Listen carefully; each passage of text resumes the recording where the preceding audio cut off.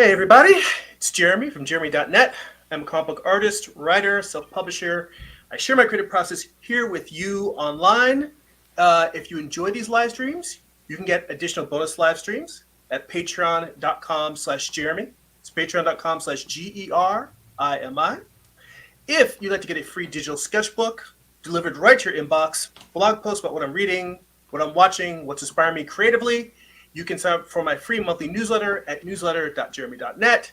And if you'd like to purchase physical copies of my comic books, you can go to amazon.jeremy.net. That will forward you to my Amazon author page. We can pick up all of my books.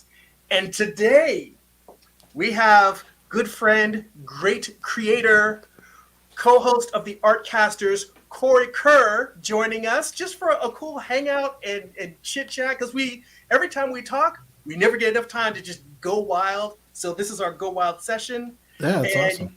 Yes, and you can go to corykerr.com to find his newsletter, find links to his YouTube page where he's got cool illustrations, animations, your audiobook that you've been streaming, which we'll be talking about, and all of his other socials and goodies and creative practices. So Cory, how you doing today?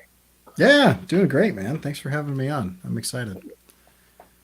Yeah, it's good. Just finishing up the weekend, so this is one of the few times where I get to sit down and do some stuff for a couple hours without people bugging me. So it's good to be here. Yeah, well, I mean, if at any point you want to share screen and just be doodling, I mean, for my whole thing, I usually, it's like I'll be sitting here, I'll be working on something, and it used to be that I would try to bring it back to whatever I'm drawing, but now I've learned to just let it devolve into the chat, and usually usually about halfway through the show, it gets to the point where it's now just a talk show, and we're just talking, yeah. and as I can see, things are already going to get crazy because we got we got Jim Lujan in the chat with it. And guys, if you have not yet checked out The Full Fungus, I realized that I've seen the bits and pieces, the work in progress you've had on there, but after that episode with you guys, where I saw that it's now on his Patreon, I'm like, I gotta sign up. So that's my homework for tonight, is to sign up for Jim's Patreon so I can watch his indie animated feature-length cartoon, The Full Fungus. Yeah. The crazy thing is, he's like, I'm not going to show anybody until I get it through all these festivals and whatever. But I'll show it to my patrons, and then so you actually recognize that it costs $1, so you can see it for $1. So yeah, everybody should go watch it. Anyway, it's good. I've seen it a couple times. It absolutely looks worth it, and I know I saw some clips when I had him back when he was sort of in the thick of it, and it just. Yeah, Jim creates some brilliant, wonderful, innovative worlds, and it's nice to see. Like, I mean, you being involved as a fellow animator, so being able to see it, giving feedback, doing voices on it, it looks pretty cool. Yeah. Yeah, it's good. And Jim animates like no one else, so it's fun. Yeah, I mean, and man, you're gonna need to they're gonna have to like kick him down like the Mike Judge style, give him his own show. But we're gonna talk about you and your work. And I know that, over recent months, you've moved away from animation and you've been sharing chapters of the audiobook. Well, that's the cool thing with your new book, what is the working title again? Heart of Eternity. Heart of Eternity.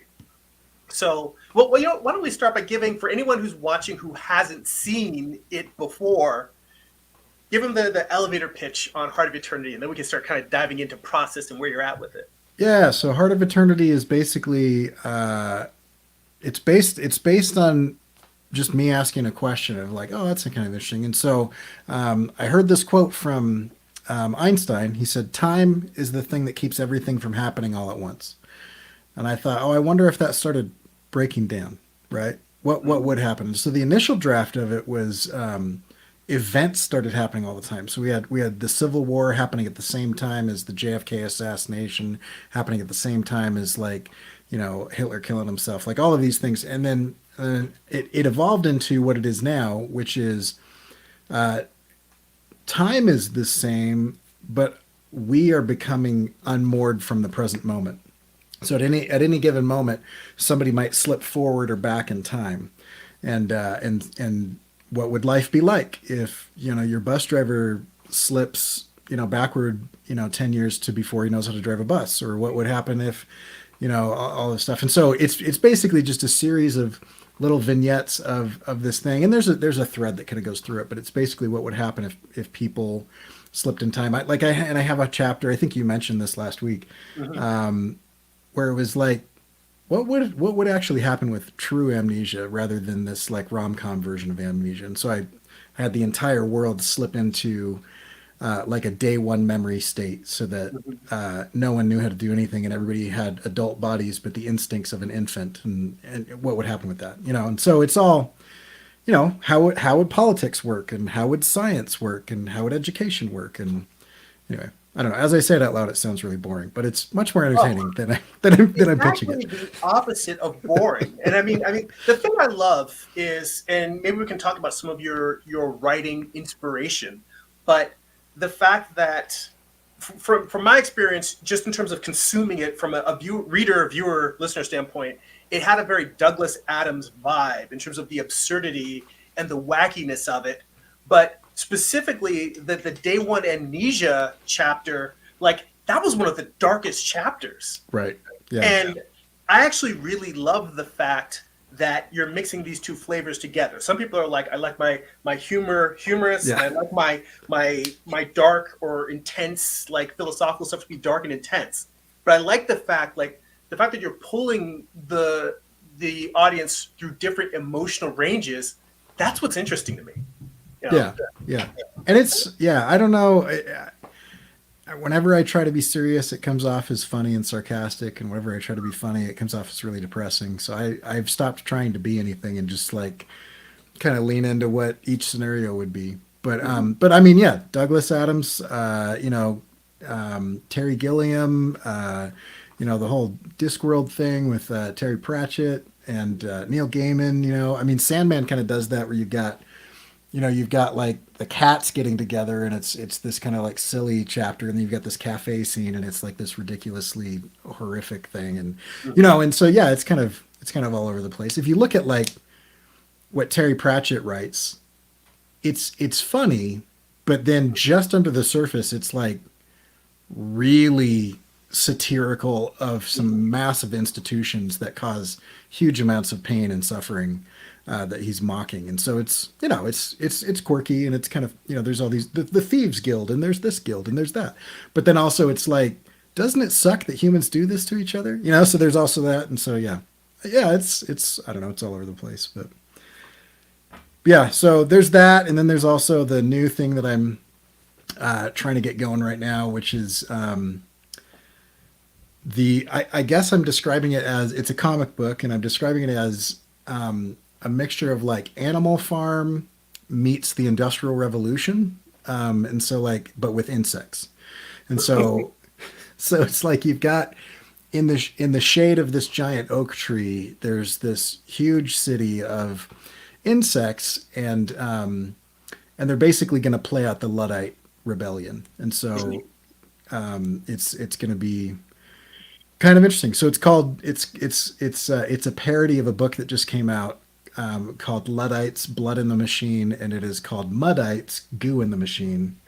And and so I've got all, I'm and then you add the visuals back in and everything. So this is the first time I've attempted a long form comic in a number of years, because I did one a while ago. So yeah, I don't know. You said I was moving away from animation. I don't know if I ever really move away from anything other than just kind of getting distracted and hyper focusing on stuff.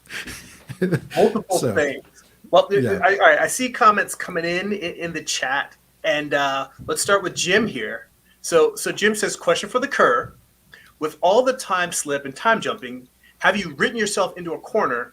If so, how did you resolve it? Which that's a big question right there.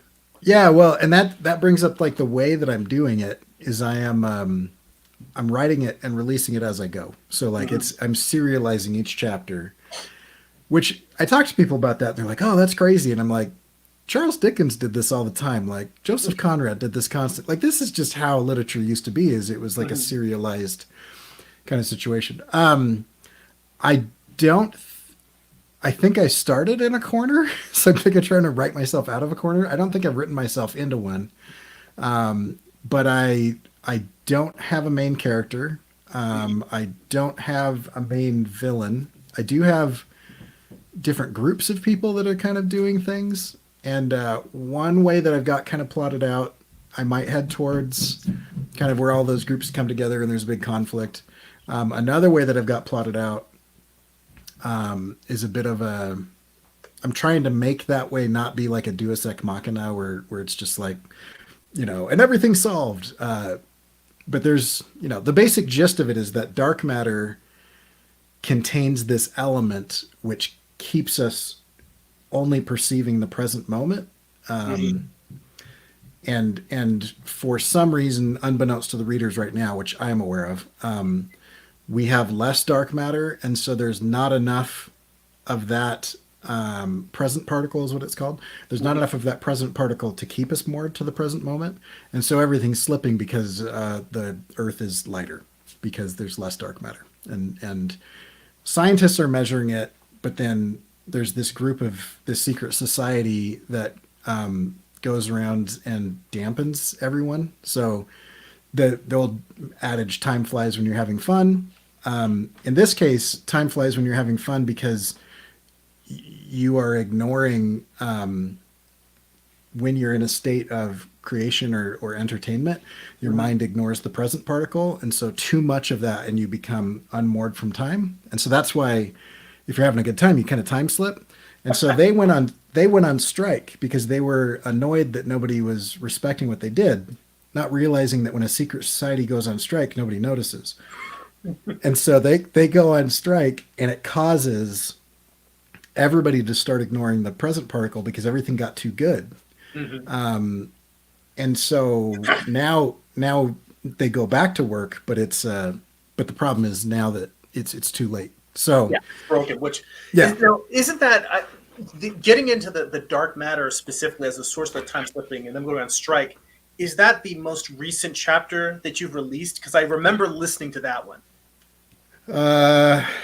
So let's see if we look through. So it starts with the cafe scene. That's just two women talking. Then we go into loop hacking science, which is probably one of the worst ones I've written.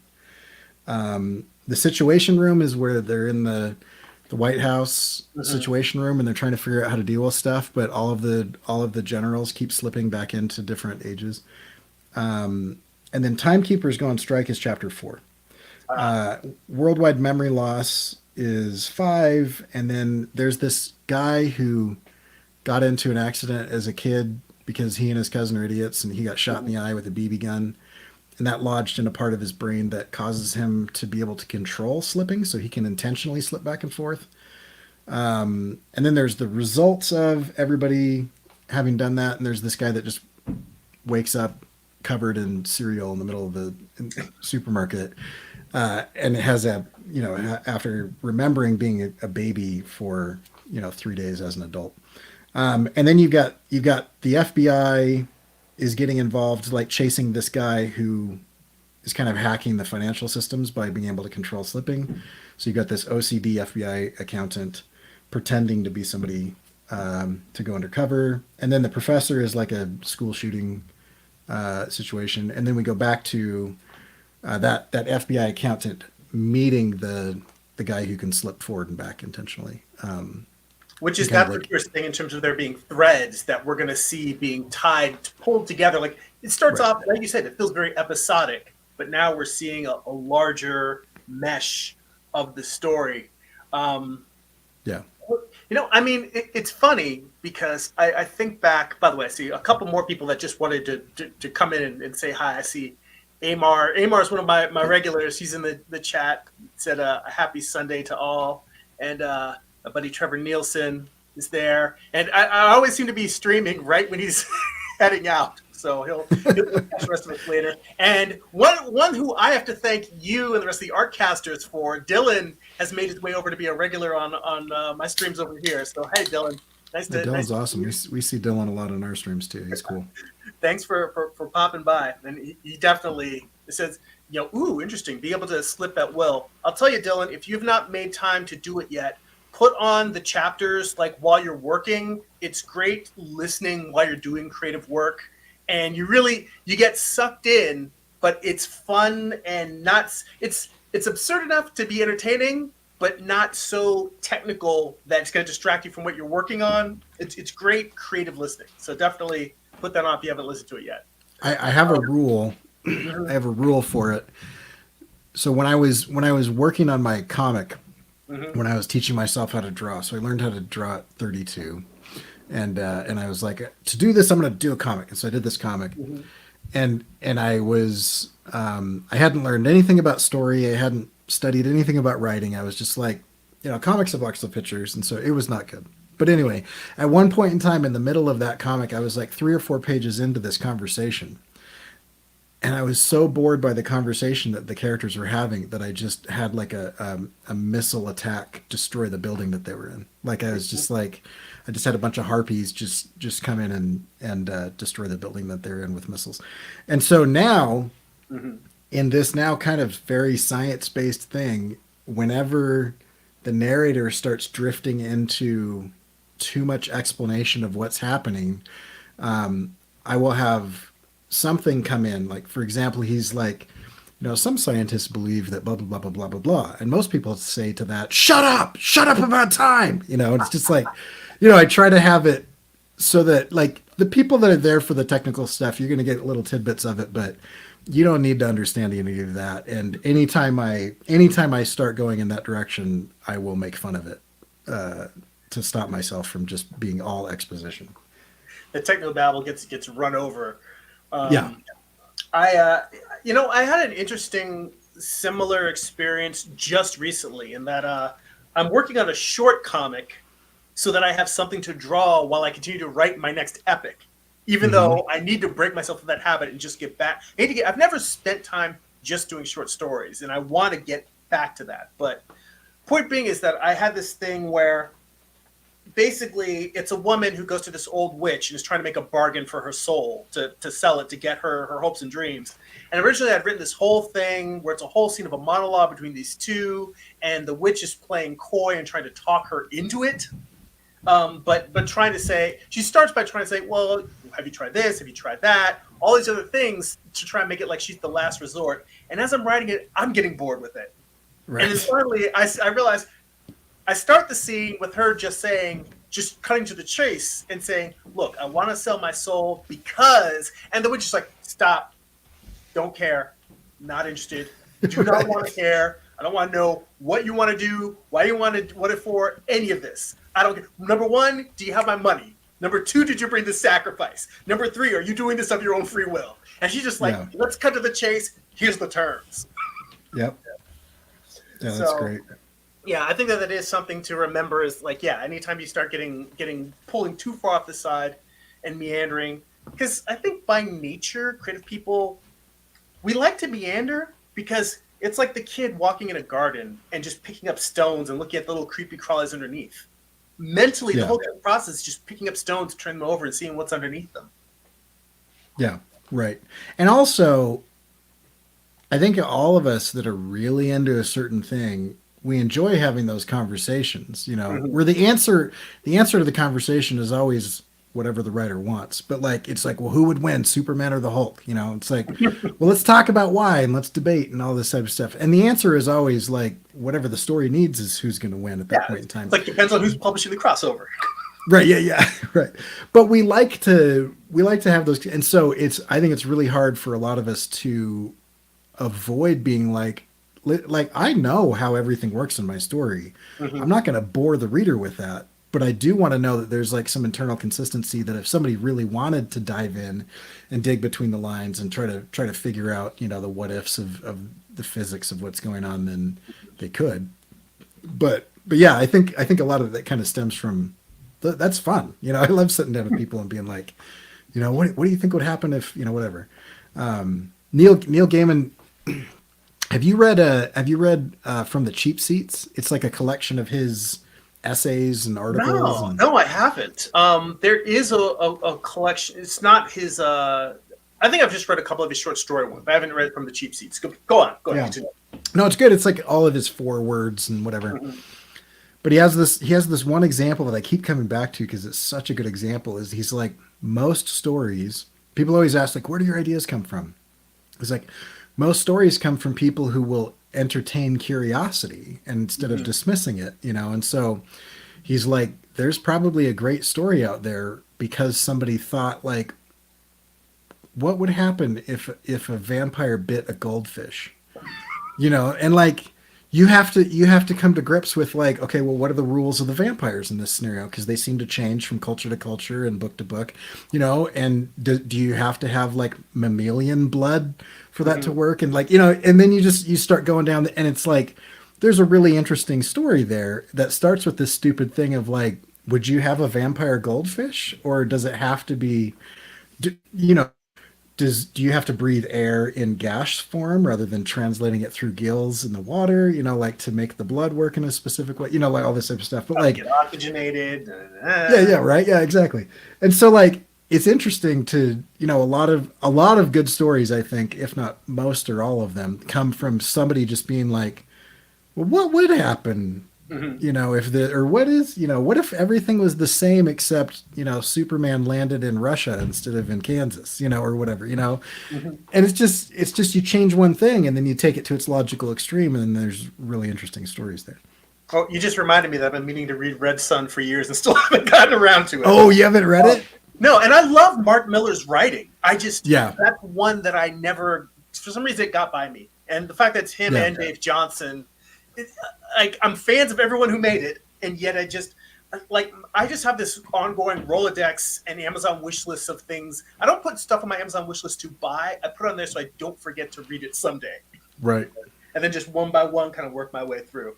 You know what? Go ahead. Oh, I was going to say, I'll tell you, with Red Sun, without any spoilers, there is part of that book where it goes into a really accelerated pace of storytelling, and it is genius. Like, I remember reading that and feeling like I was going through like a training montage in a movie where things started getting amped up.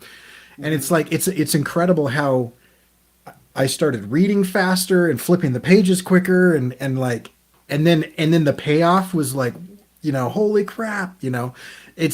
There's a really interesting part of that because it's a slow burn at different times, and then there's at this one point you're just like, no, what, and, and then you're like, no way, and it's just very rarely do comics do that for me, because it's hard to control time well, I think.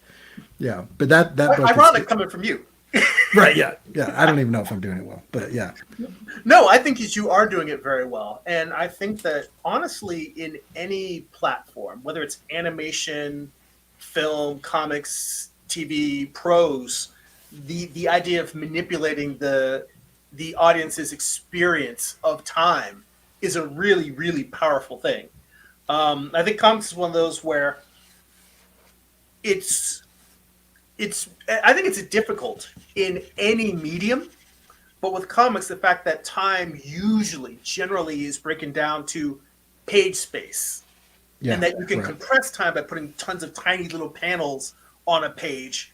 But at the same time, it both compresses time, but also you can really slow down the reader experience by that. Right. You can do both. It's just a matter of it's also not just how many frames are on the page. It's not just how big those frames are, but the content alone.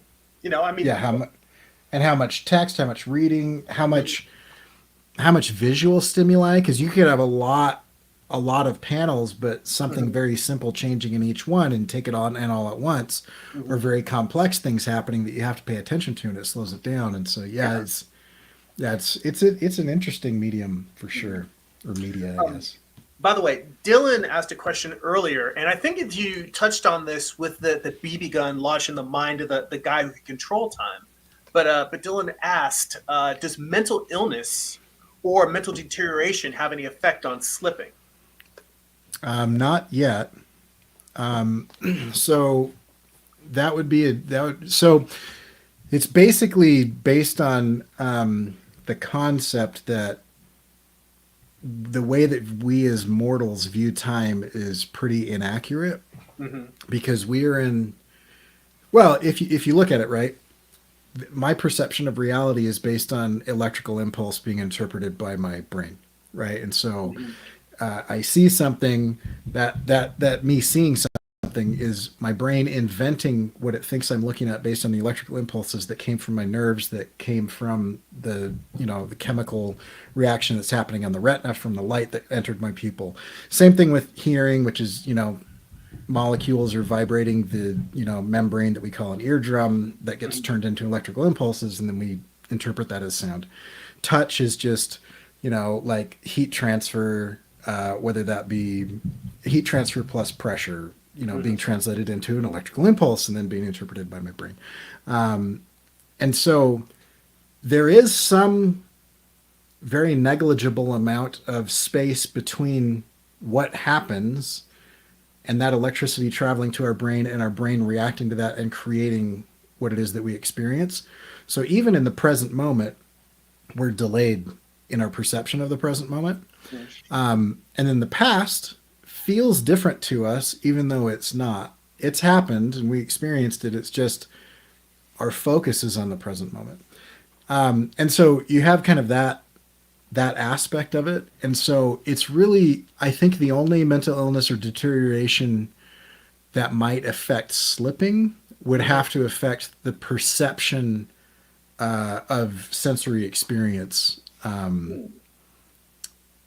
Other than that, because in essence, there's some religions, mine included, which Hmm. say God experiences time as one eternal round rather than as a Hmm. linear series of events.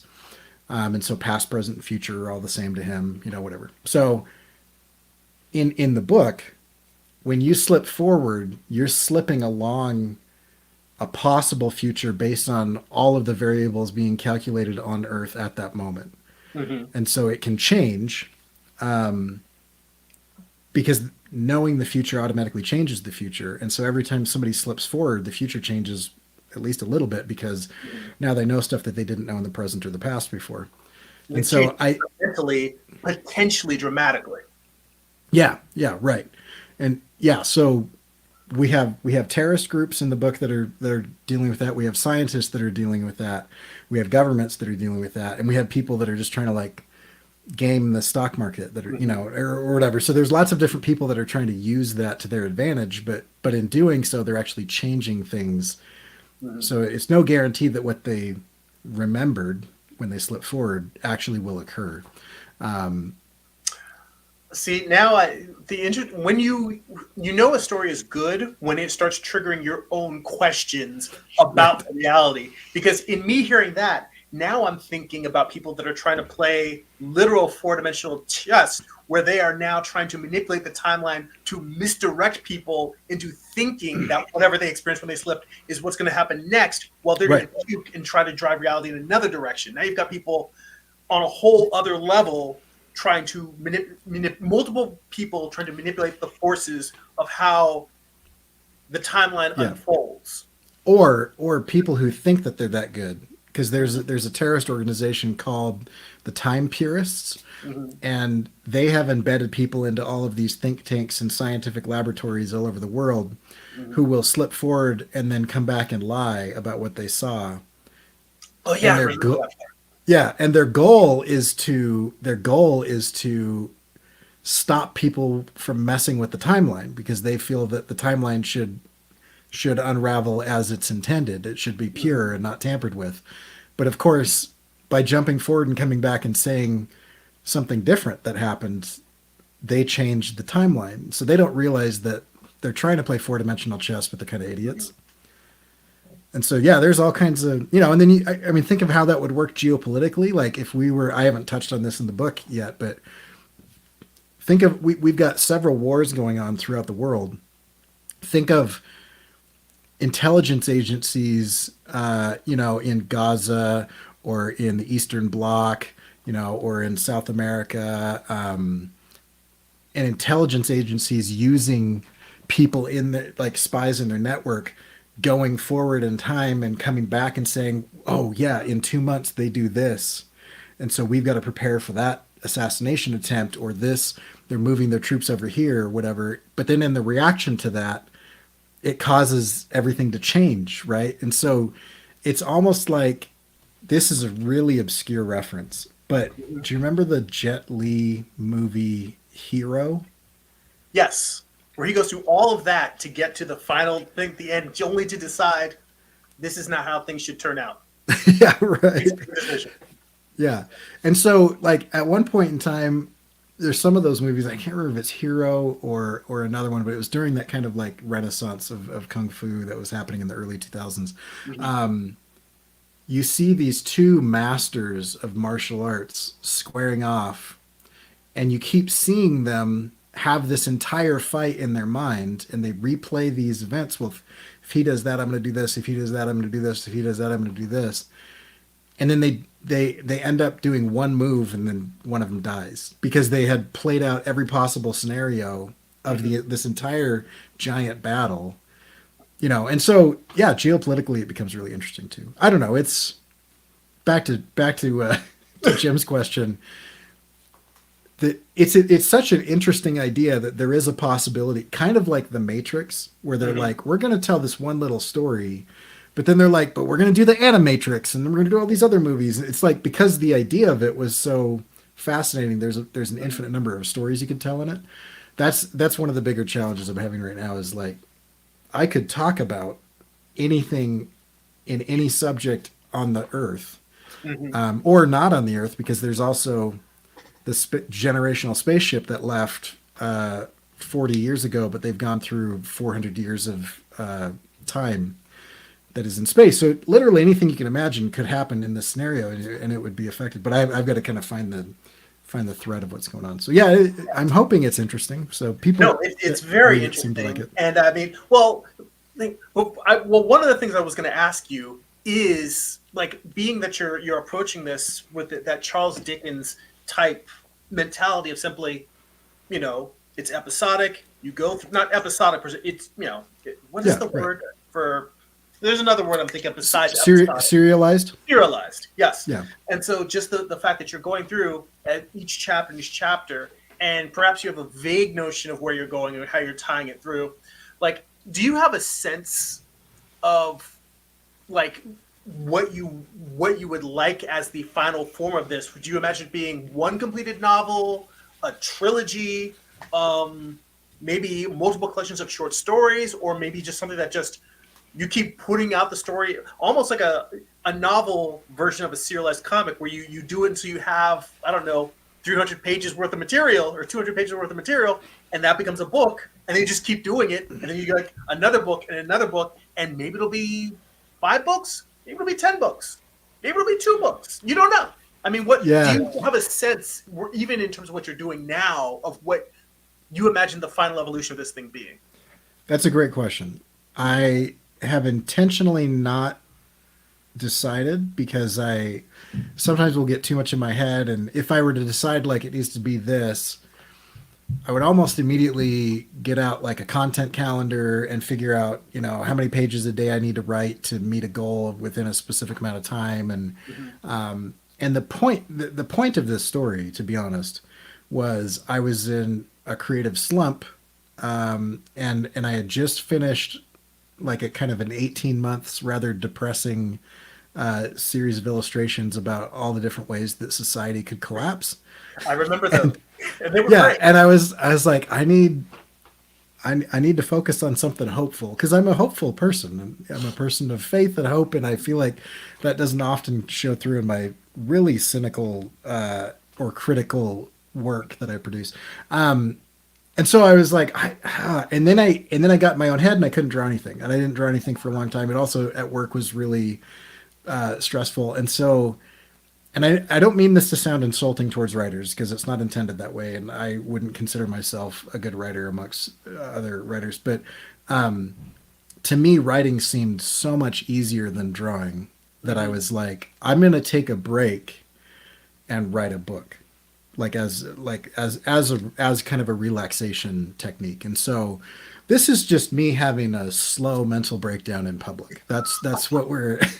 That's that's what this is. There's no plan. There's no like I don't know. I mean, I think anybody who says oh, I don't want to get famous. I don't want to sell out. They're either delusional or lying. I would love it if it took off and people were like, oh, let's and they're clamoring for it or whatever. The likelihood of that happening is slim, but yeah, I'd lean into productizing it at that point if there's enough demand of but I'm also perfectly happy to have the few people that are into it come along my mental breakdown with me and journey with me down this weird rabbit hole I'm going down. And I mean, frankly, if I were doing it for a commercial purpose, I would be doing a chapter a week, or I'd be doing a chapter every 3 days. I mean, I don't think I've released anything in a month because I've been working on this other thing, and it's kind of whichever. I'm not trying to make any money off of the stuff that I'm making, and so whichever thing happens to strike me that day is the thing that I work on. So yeah, so I think it could be easily like a World War Z style novel, where it's a bunch of disparate stories that have a thread collected there, but from different voices. And I think there's some possibility of that. Unless the advance is ridiculous, I'm probably not interested in getting involved with the big publishers. So it would probably be some sort of Kickstarter self-published thing. Yeah, I mean, from everything, I listen to a lot of podcasts about indie authors, even though I'm coming at it from the side of a writer who is an artist who is learning to be a better writer.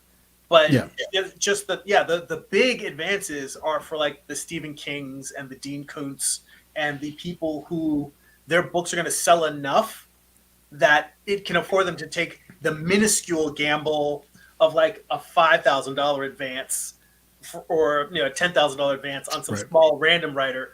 Whereas like, it might not be enough money to live on, but doing something where you're kickstarting it yourself, it's like, Sure. okay, I can make what I would have made making some sort of small deal with a publisher.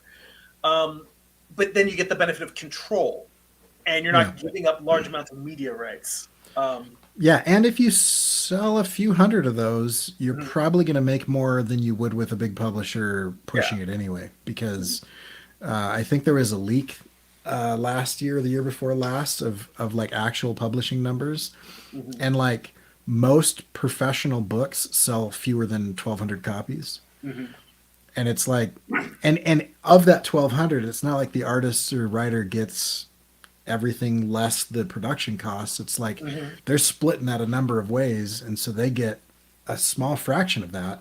Pennies And on the dollar. so yeah, so if you're getting, I don't know what the percentage is, I'll just make them up, but if you're getting 10% of that $10 book, right? Mhm. So you make $1 a book, you make $1,200, right? But if you sell if you get 50% of the sale of every book, so you get $5 per every book that you sell, uh, well then you can make the same amount of money by selling a fifth of the number of books, and the potential for reaching a larger audience. Let's say I could do that with 200 or 300 books, and then everything after that is going to be way more than I've made with a publisher.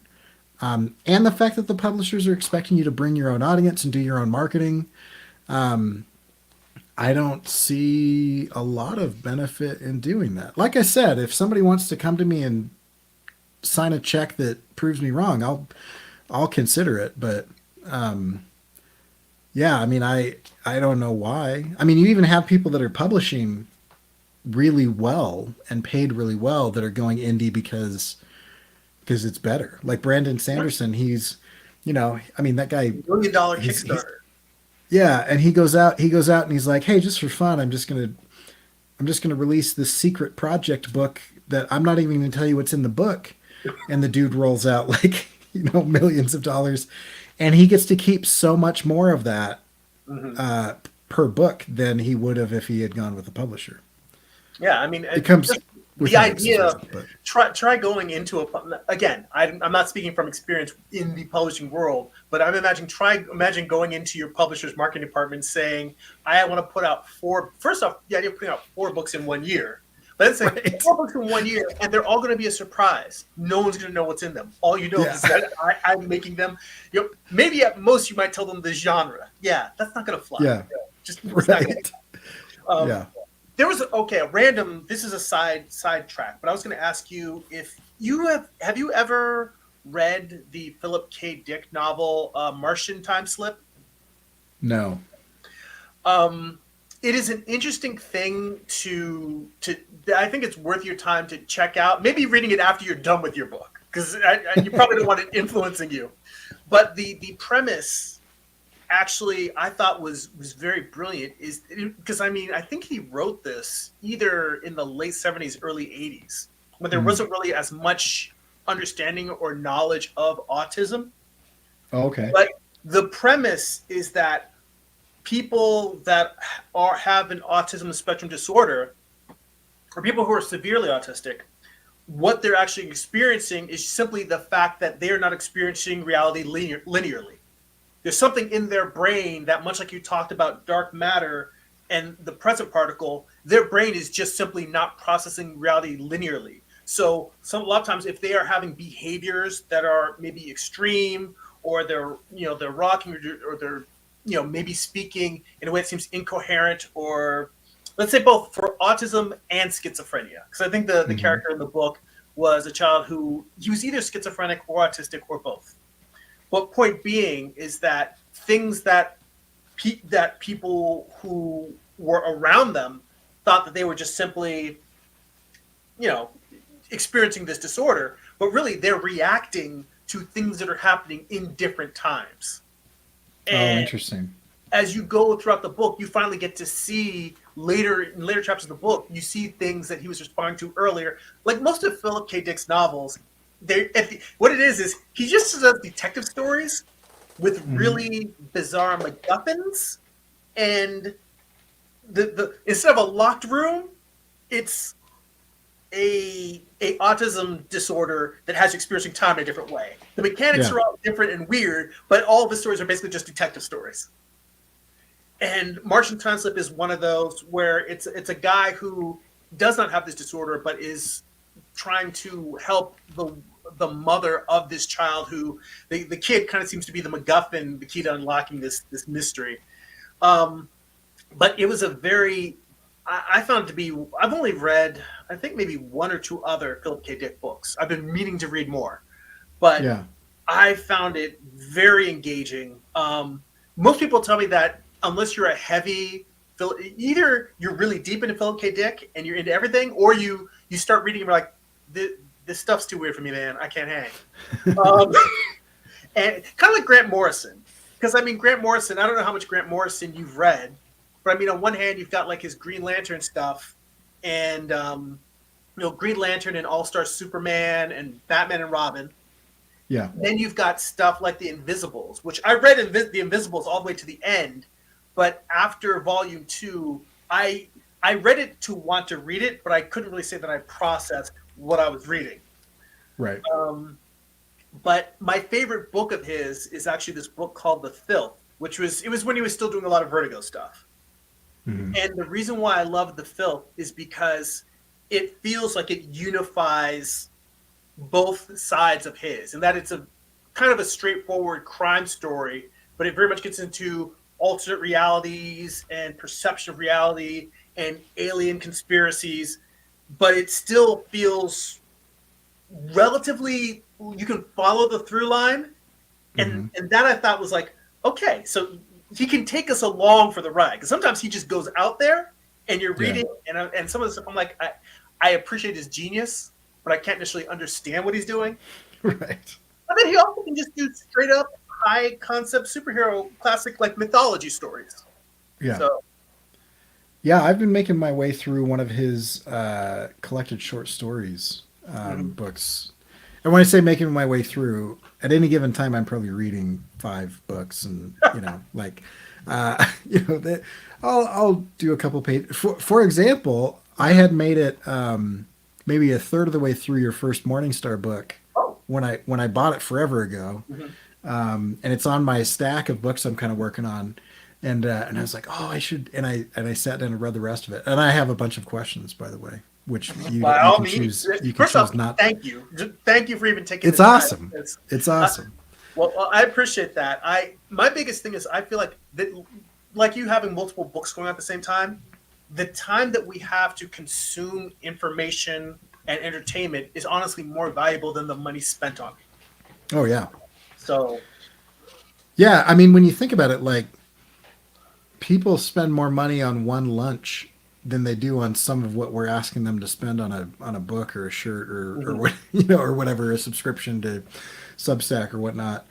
And it the money's the money. But anyway, no, it was.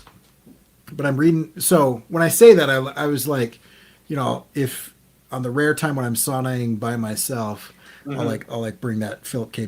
Dick book in and read a couple of them. And yeah, some of them are really interesting. The short story is interesting because it's always just a glimpse of this situation, and sometimes they resolve, and sometimes it's just like that glimpse is over, and it's just kind of interesting. But no, if anybody hasn't read Jeremy's book yet, I mean, I know he's got several, but if you haven't done Morningstar yet, you got to get in on that. It's fun.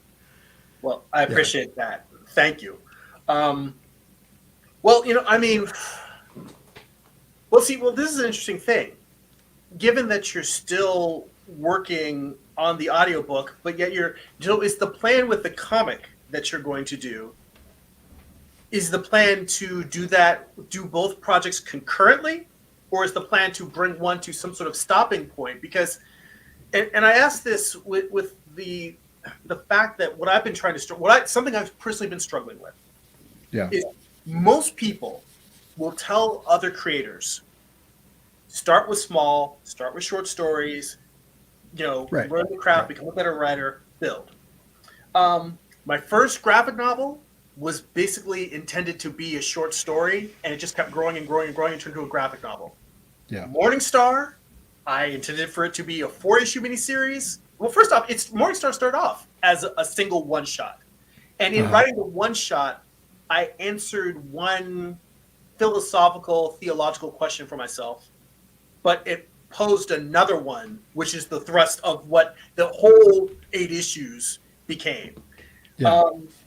But the thing that I'm trying to do is I'm trying to get back to just doing short stories, or rather, I'm trying to not be precious.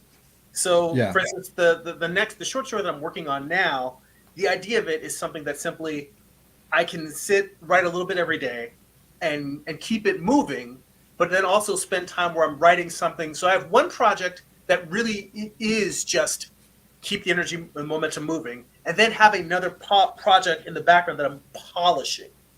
The idea of, instead of trying to work on a masterpiece that takes years, the idea is to always have something coming out that's punk rock and just rolling. And then meanwhile, I'm always got a concept album I'm working on in the background, and when it's ready to drop, it drops.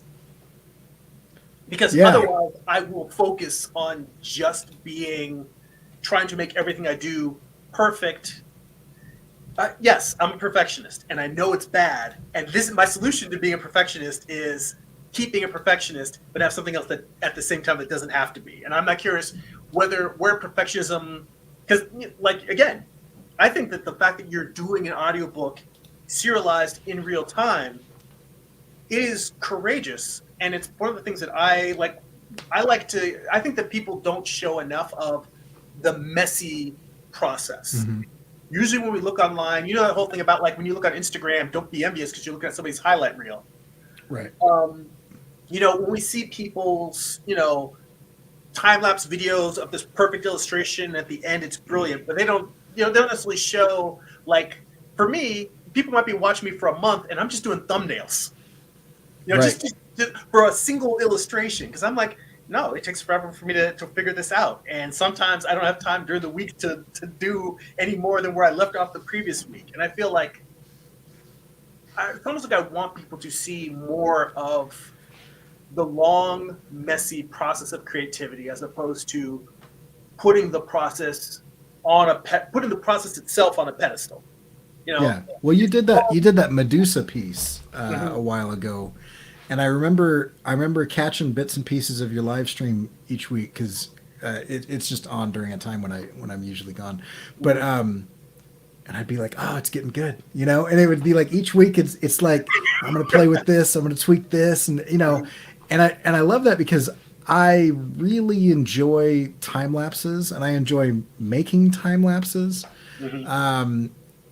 But I mean, just because it's like, but I think the reason I enjoy it is because I get to revisit that experience that I had over the last 20 hours of making that page or that drawing or that animation or whatever.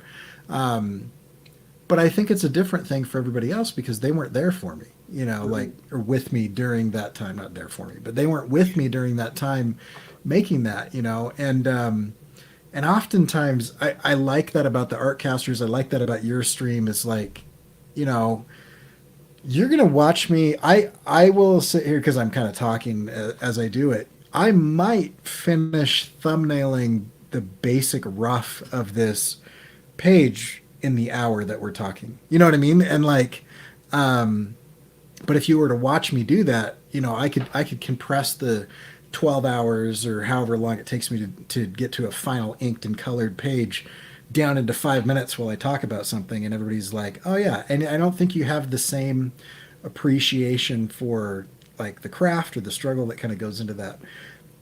And I like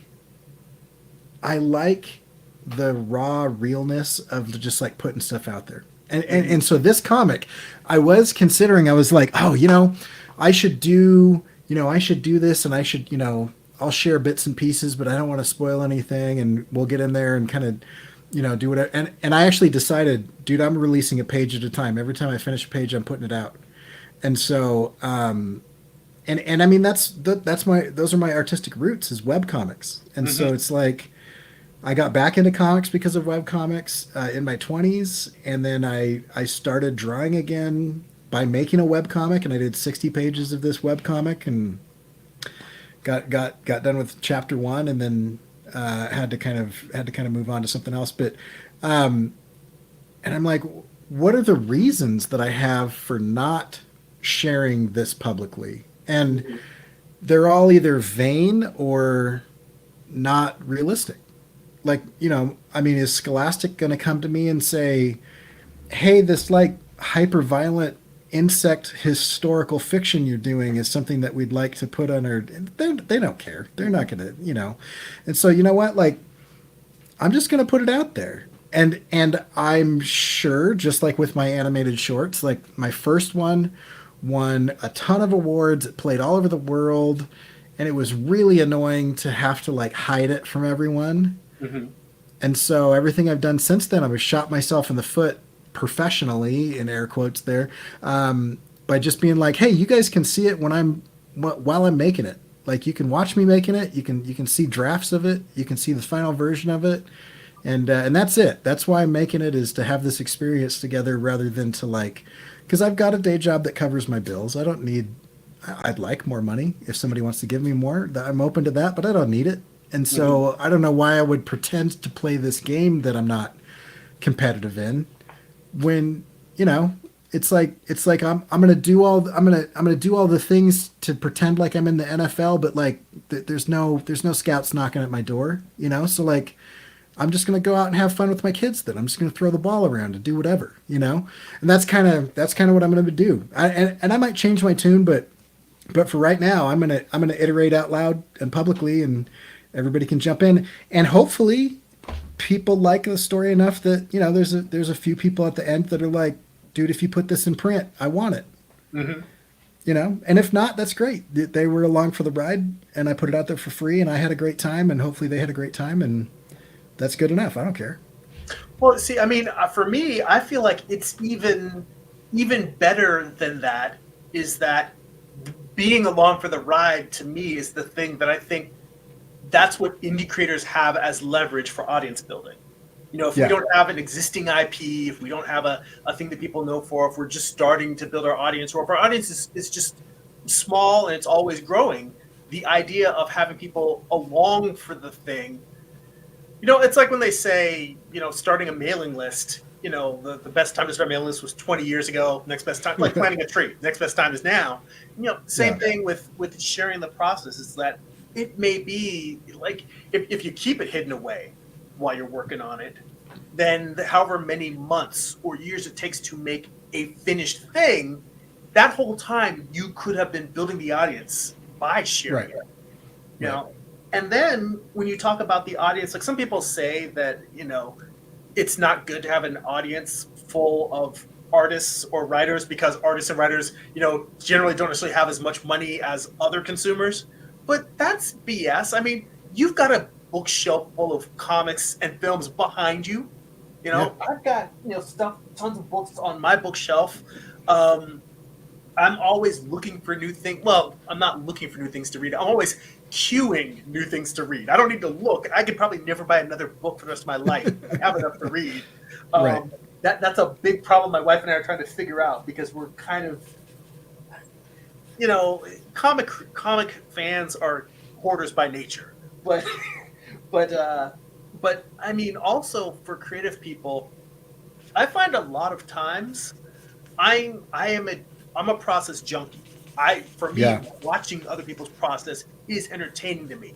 Like I recently backed a Kickstarter for the comic creator Declan Shelby because he had a process edition for a book that he was publishing called Old Dog, and I love the fact that it's like the main thing is that it's all the pencils, the layouts, the script. I'm like, to me, being able to watch how the thing was put together oftentimes is equally as entertaining, if not more entertaining, than the final product. Yeah. So. Yeah, for sure, and I mean, like, and then you also, people do this with television. Television is one of the easiest media out there to consume, right? It takes very low engagement mentally. It's high programming in that you are being programmed at a high level, and people like the episodic nature of television, where it's like, oh, did you see, what happened in the episode of Mandalorian this week, or Agatha all along, or whatever the thing is that we're all supposed to watch or whatever. And there's a bit of that development that happens, and there's some of that can be beneficial in a webcomic situation where it's like there is a community building around what we know, what we anticipate. There's the speculation kind of market of people creating content, speculating about what might happen in the future. Oh yeah, and the whole careers around comic videos. Yeah, and I would love to add some fuel to that fire that is not billionaire corporate conglomerate fueled, and it's like I enjoy a lot of the main things, but like I also like getting in and being like introducing people to stuff that they've never heard of, or being introduced to an indie creator that like, it's like, I didn't even know that chick existed, and her stuff is phenomenal and she's killing it, or whatever. And I think the potential for that is fun. And then you add the idea of like, he's just doing it, and like, this is where the story is. We don't really know where it's going. I watched him on an interview. He said he's not really sure where it's going, but it's fun so far, and you get to kind of do that.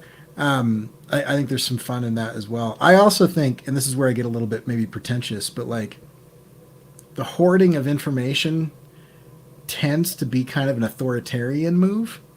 And so the idea, like, and I've done videos on this, but the French Revolution was caused because of a number of things that most people are very aware of, Thomas Jefferson and Ben Franklin hanging out over there and talking about the American Revolution, the middlemen, the Jews and other people kind of getting a little bit more power and amassing some merchant ability, and the merchant class kind of rising up to challenge kind of the ruling class. But one that very few people talk about is this group of rebels that came out and they were like, we're just going to make the information free. And they started writing the encyclopedia by way of saying all this secret knowledge that that the church, that the blacksmiths, that the all of the the Masons and such. guilds, the Masons and all, yeah, all of the guilds and secret classes were like hoarding. They're like, we're just going to put it out there. It was basically printed and bound tutorials that were like busting open knowledge for the common man. That was so powerful, releasing this secret held knowledge, this for the process junkies of the world, right? That it toppled world governments that had been in power for thousands of years. And so I still really like the idea of like, I will absolutely tell you every brush I use and every keystroke I press, and I will teach you all of the software that I'm doing, and I will show you the behind the scenes, and it's all out there because I feel like there is a rebellious punk rock, totalitarian destroying nature to like letting information be out there and be free. I I don't know, maybe romantically I like the idea of iterating in public because I feel like I'm like disrupting the status quo a bit doing that as well. Mm-hmm. No, I mean that all tracks for me, and I think that's a lot of what I resonate with. I mean, for me, like for instance, when I started doing YouTube, I think for probably the first 5 years, everything I was doing were time lapse, pre-recorded videos with me just adding some narration over them. And the thing that I found was that much like the present particle itself, I'd go back and I'd be watching these videos that I maybe recorded a month earlier or however many weeks earlier, and I'm going back and I'm trying to remember what I was thinking or what I was feeling, and I could literally say, "Oh, I know I had a really insightful thought here." Much like where you have a sketchbook, you've just got like tuna sandwich, portal to God, written on a margin on a post-it. I'm like, what does that mean? Right? What is that? And I'm just like, I don't know. I don't know. So for me, the idea of literally something that I have said in live streams multiple times, and usually when I'll bring it up when I'm talking to people who are self-conscious, maybe a little bit shy, or just have difficulty talking to people. And like anything, it takes practice. But I always would say that we all have an inner monologue in our heads. We all have thoughts, that river of thoughts that keep coming, and sometimes we're trying to silence it. Sometimes we're engaged with it. Sometimes it's helping us. Sometimes it's hurting us, what have you. But the idea that when I'm working, in the same way that I can be drawing in a room full of other artists, we're kind of talking and just BSing and having fun, but I'm still doing the creative process. That when I'm online and I'm doing it and people are coming in and hanging out in the chat and we're talking, we're asking things, that I try to view the other people not like I'm putting on a show for them and I'm performing, but simply that they are an extension, which that in a certain way can be read incredibly egotistical. But the idea that everyone else who is connected while I'm making is just an extension of what's going on in my brain. Sure. Now, it's less egotistical if you look at it in what I think is more real, which is that we're all extensions of each other, whether it be like Carl Jung and that idea of the collective unconscious, but just the idea that in certain ways, just by all of us being conscious beings, we're all in some way connected. Yeah.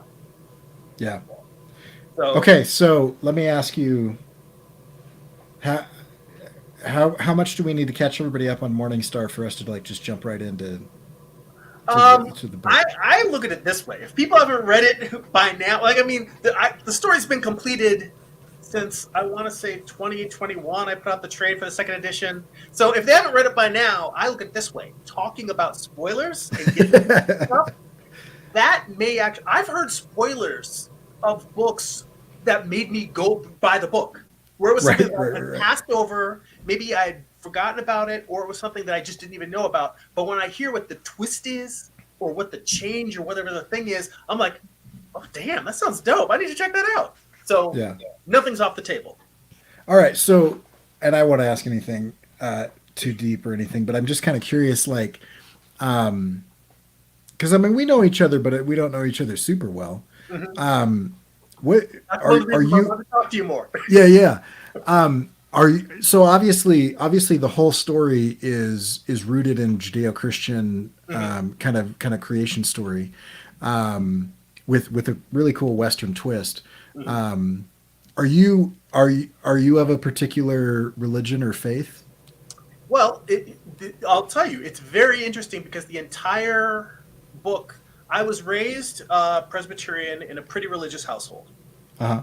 And like teenagers do, around like 14, 15, I started questioning everything. Sure. Um, all the things I'd learned in church didn't necessarily feel right to me personally. I started reading a lot of philosophy. And I'd say through end of high school, first couple of years of college, I actually was an atheist. Uh-huh. And the book, the original, I'd mentioned before briefly that it started as a short story. And Yeah. originally, the premise of the short story was about Lucifer resenting God because if God is omnipotent and God is all powerful, God created me. Right. So if I'm doing things that are wrong and that are evil, how can he condemn me for acting in the ways that he created me? Sure. And the way that that original short story ended, it really is basically the ending, that final fight between Michael and Lucifer. If you've only read chapter 1 of Morning Star, chapter 2 actually has a final showdown between Lucifer and Michael. Okay. And spoilers, well, first off, the whole point is that you know how it ends. It ends with Lucifer falling. Right. So, Right. and that's the thing I love about the entire premise of the book is that it's not about the ending per se. It's about Right. how did we get there. And And I found that really fascinating because I just finished book one, mhm, and book two's on the way. Um, but in it, it's like Lucifer's kind of a good guy.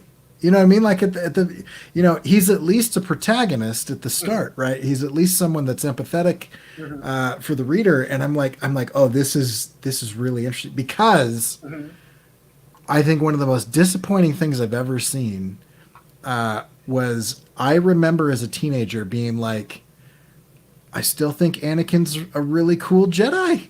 And he's got to be like one of the most evil dudes ever. Like the second movie that comes out it's got to be killer because we're going to start seeing moral ambiguity. We're going to start seeing, and then we don't. We just see like he's kind of whiny, and then he's in love, and then I'm like, dude, they got a lot of ground to cover in the third one. Like I'm super because you knew he was going to become Darth Vader, and and then I went to that, and I'm like, that was the one scene. There's one scene that's not even a really compelling scene, and he immediately starts killing children. This is the least believable turn to the darkness I've ever.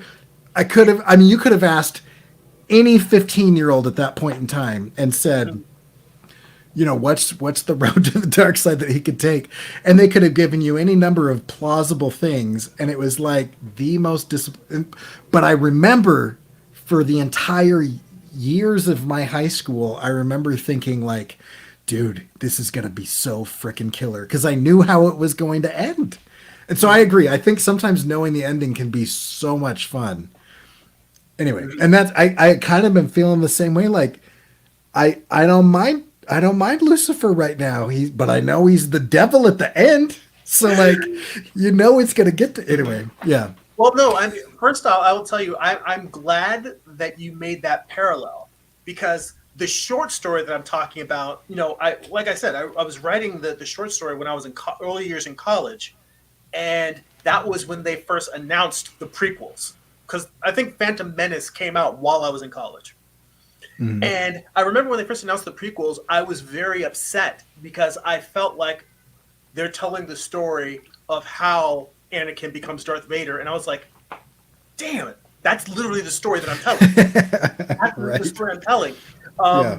But then I saw the execution. I was like, "All right, I'm cool. I'm doing something different." Yeah. I'm fine. I'll be And all right. and I'll tell you, I think that the explanation for me personally of why Lucifer is evil because my whole thing, I wanted to be very. It was a tightrope for me because I didn't want it to think. I didn't want people because when I do conventions, I get people of all stripes Sure. coming to me, and I make sure to tell people that are of faith that it is not something that obviously it is fantasy. It is not something Yeah. that hews closely to scripture, but I didn't want it to be some sort of philosophical, atheistic try to attempt to take down the idea of monotheism or Christianity in any type of way. I wanted it to be something Sure. that someone of faith could read and feel like this was an interesting philosophical story. It's in no way, a takedown. And when you get to the end, you understand that. Well, I mean, I'll tell you the ending of the short story because there's still a little, there'll still be a nugget in volume 2 that's interesting, even if I tell you this part, which is Mm-hmm. that when in the short story, Lucifer is angry that he's being judged when he was created to be what he is. And Mm-hmm. Michael's response to that is that you still had free will. And I know the question Sure. of whether angels do or do not have free will, that's a theological discussion. But for Right. for the constraints of my story, whether he was created to be what he became or not, he still had a choice. Yeah. And we all have choices, and we are responsible for our choices.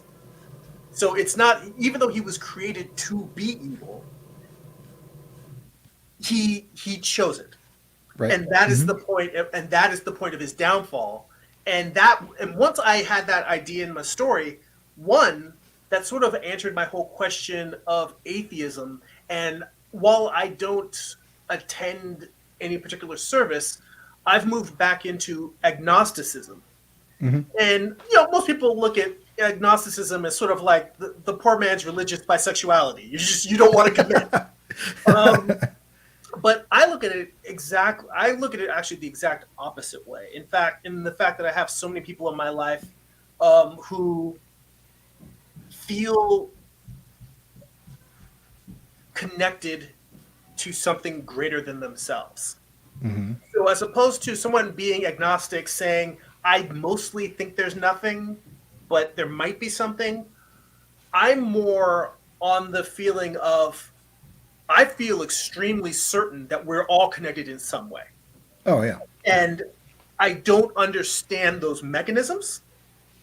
And none of the faiths I've been exposed to feel like a practice that works for me, but I don't have any business to disavow that for other people. It's more that, if anything, it's more that in the same way that any type of religion requires a leap of faith, Mm-hmm. my personal leap of faith is it's okay that I don't know why or how. That's my Sure. leap of faith, is simply me saying we're all connected somehow, but much in the same way that for Lucifer, he made choices and that's why he's evil. For my whole thing is my choices are to try and be the best person that I can and to treat others ethically and well. And you don't need a particular theology or particular religion to simply know that when you hurt people, you feel bad, and when you help people, you feel good. Yeah. And that's more, and for me, like Morningstar is the most personal thing I've ever made, in that the making of that, or at least the origin of the book, was me working that out personally. Right. Oh, interesting. But the thing that that isn't that I'm keeping back from you that you'll get to experience is what led Lucifer to those choices, why he made those choices. Yeah. And that's sort of what plays out over the course of the story. But the funny thing is I made a sharp right turn when I got to the end. There was a big break between me publishing the first 4 issues and before, like, as I was getting ready to start collecting the first volume, the first half of the series, I realized that writing, much as you experience Lucifer, is like, okay, he's a hero. He's going out. He's helping. He's saving people. Right.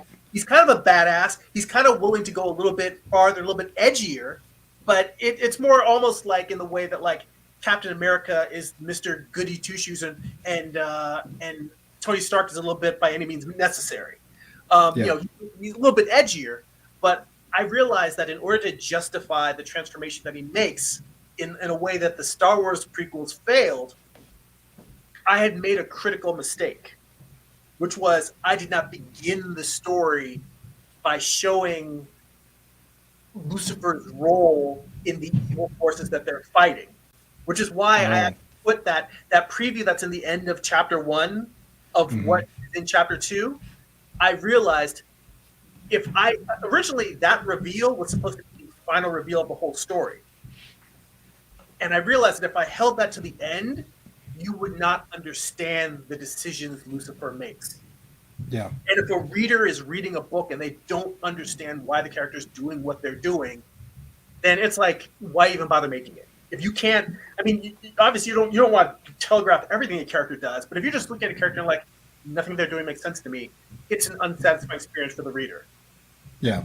And if I had to do over again, I would probably take that reveal of the story and I would make it the end of the first chapter of issue 1. I would have ended it with that preview thing that's in the back of the first volume, because then it's like that Touch of Evil, the Orson Welles movie, where that thing with the bomb underneath the table that's ticking.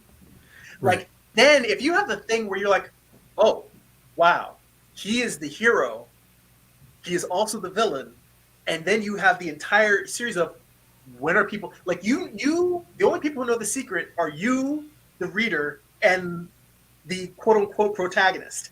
And the whole idea of the tension now of the entire story of no one else but him and you knowing that, to me then makes the story tense and taut. And and I learned a lot about storytelling. And every time you make something, you learn something new. Yeah. And I learned a lot about storytelling from finishing Morning Star. So, yeah, anyway. It's really good.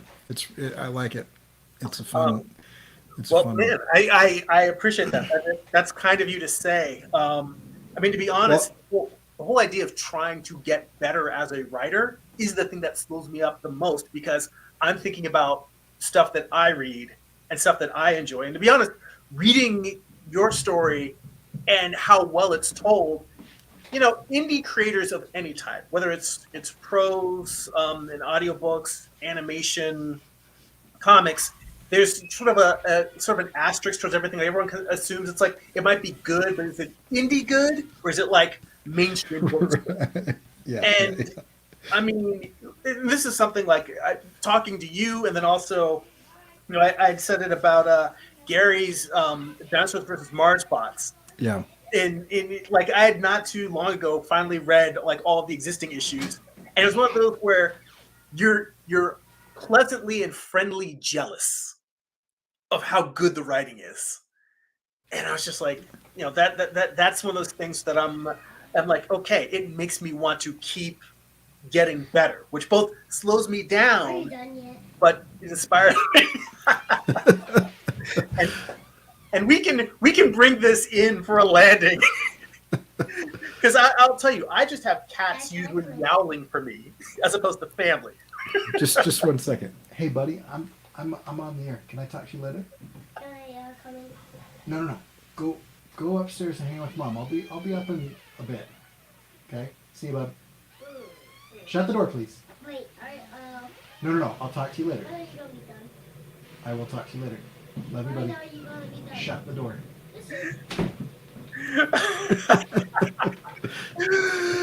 No. I mean, that's one of the magics of being a creator. Being at home and doing this is that you get the family experience. Yep. That's good stuff. Yeah, no, I mean, I will say I am not the type of person to say things that aren't true. So I'm legitimately telling you that I enjoyed it. It was good. It was a good story. It was fun. And I don't know, man. I'm wrestling with some of the same stuff. Like as I put this comic together, like I've got my characters and I'm like, well, why would he want to do this or not want to do this, and how do I signal that to the reader to make sure that everybody understands, that if this person chooses to do this thing, it's a big deal. Like, it's the basic, reluctance of the hero situation at the beginning. But there's a guy who doesn't want to get involved in this rebellion, for whatever reason. He's just like, I'm just going to do my thing and whatever. And I'm really trying to make sure that his choice to get involved is like a pivotal moment that everybody's like, oh, dude, like as soon as he picks up his hammer, like people are going to be like, oh crap, it's going down now, like it's so interesting to look at like indie and pros and everybody out there and how they signal those types of things is fascinating to me. Have you ever read any Brian McDonald stuff like Invisible Ink? I haven't read Invisible Ink, but I've read Land of the Dead. Oh, okay. Yeah, the comic one. I mean, it covers a lot of the same material, and I have the audiobook I have it bookmarked from the library because I'm big on library now. That's how I consume a lot of my stuff. It's one of my things I want to check out. But yes, and what's interesting there is that there's so many different forms to also tie into Joseph Campbell, because I think all of the writing analysis, story analysis people, everyone goes back to Joseph Campbell. Yeah. I think that's why the refusal of the call is so important. Right. Because the way in which a character refuses a call and how strongly they refuse it really helps to contrast their beliefs or their ideals. And I even played with stuff where instead of having a character refuse a call, I actually have a character accept the call. And then when you go in and they accept the call and they just do it, then something really bad happens because they accept it. And they're like, oh, I shouldn't have done this. And now you have a character trapped in a scenario that they really didn't understand and they made choices flippantly. Point being is that, there's a wide variety of ways to do it. There's also like the character refuses the call, and then Star Wars style, their whole family gets murdered. And now they're like, well, now I'm what? Now I have nothing left to wait for, and you're going to have to pay. Yeah. So, John Wick and Luke Skywalker, same dude. Right. Yeah, you killed my dog, man. Yeah. It's like it's over now. Yeah, and it's like it's interesting because if you look at either of those situations, accepting the call or rejecting the call, it can be done really well or it can be done really poorly. And Brian McDonald in Invisible Ink, he points out that those people can be mirrors of different futures, right? And so you have other characters, and it's like the point of that character is to show the audience what would have happened if the protagonist had made that choice, and it's like, oh, he's, that guy is the same guy as our main character, except he's evil because he made a different choice, or his life is a wreck because he made it, or his marriage is falling apart because he didn't, he went down that road or didn't go down that road or whatever. And so there's the mirrors as well as the main character, and it's interesting. And so what I'm really trying to do in this comic is take all this stuff that I know and not have it ruin in the comic. Like, I don't want it to be like this formulaic, like I've spent 10 years studying story, so look at all the tricks that I've read about. I want it to just be a really interesting and engaging story. But it's also fascinating to be like, the reason in Jurassic Park that we all got freaked out when the T-Rex didn't follow the flare that she threw was because we saw that he was supposed to earlier. Mm-hmm. And then the fact that he doesn't is terrifying because it subverts our expectations, but our expectations had to be there in the first place. Yeah. Yes. And so, it's just like marketing. It's like everything else. It's the promise and the delivery of the promise. It's like the setup and the knockdown of the joke or whatever. Well, then in particularly with the character that you have, who is reluctant and trying to stay out of this conflict, it really comes down to exactly what you said, which is the expectation you've set up of the character refusing and not wanting to go to this. And it's a matter of maybe playing with the tone of like what would be the most interesting way to set up the idea that he doesn't want to go. And I'm a big fan of, I mean, yes, I'm an outliner, but even for writing off the cuff, I love lists for solving any problem. Any problem I have, I just make a list of 1 through 10 and try to write down it could be this, it could be this, it could be this, it could be this. Because the first 5 suck. The second Right. 3 are interesting, and the last 2 are usually the good ones. Yeah. Yeah. It's interesting to think of why that is, Mm-hmm. because I talk to my students about this a lot. We're all floating in the same zeitgeist, right? We're all being formed by the same basic ideas and whatever. And so when you try to come up with a solution, usually the first few ideas that you come up with are going to be trite and cliche because they're the same first 3 ideas that everybody else is going to come up with. Mm-hmm. And so the real creativity is in sitting with that problem longer. Like, I'm blanking on, John Cleese. John Cleese Yes. from Monty Python. He gives this speech on creativity, and he talks about one of the ways that you can tell if somebody is creative or not is that creative people will tend to, even though they already have a solution that works, sit with the problem and play with it much longer and ignore the discomfort of not pulling the trigger on that solution much longer than most other people who'd be like, well, I've got a solution, so we're going to pull that trigger on that, you know? And I did that really early on with my first comic that I did. I wanted to get to the drawing so fast that I didn't figure anything out in the story. And it was like, I had like a basic idea or whatever. And then it was the first few pages that were so boring because it was just me like verbal exposition diarrhea of, you know, here's all the world building that you need to understand. Here's everything that you need to know about everything. And it was just like, oh, this is terrible. Right. But like, it's because I'm like, well, I've got the answer. I'm going to tell everybody what the answer is. And then that's it. Right. But as you get better at it, like, just like you said, like, yeah, I've got 3 or 4 solutions to that, but I'm going to keep pushing because there's probably a better one on iteration 6 or 7 or 8, you know. I don't know. mean, but then I'm really impatient. I just want to do it. By default, I try to reject like the first 5 ideas I have. What's funny is this is an interesting thing. It is true both with writing, but a lot of times I'll be doing thumbnails for illustrations or comic book work, and sometimes the right idea will be the first or second idea.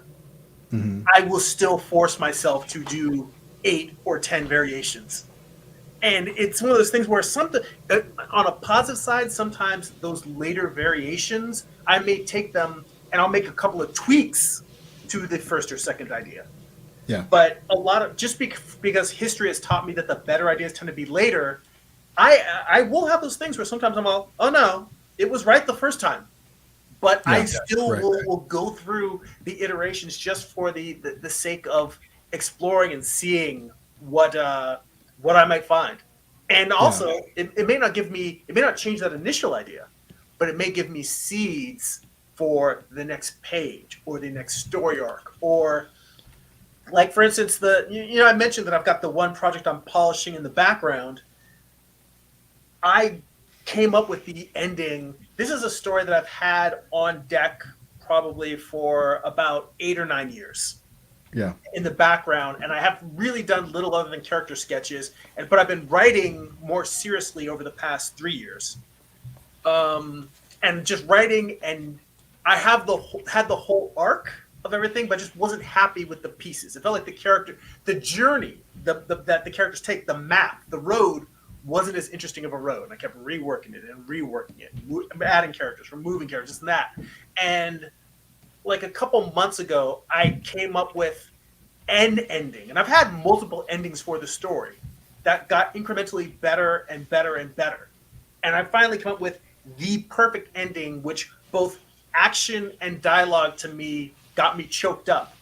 And I wonder, like, literally, is the reason why I was so constipated on this story for 3 years is because I didn't have this ending. Like the story was just like, yeah, you can keep writing stuff, but whatever point in time that I was going to get the actual proper ending, that was like because if I had started the book before that, I mean, it's possible.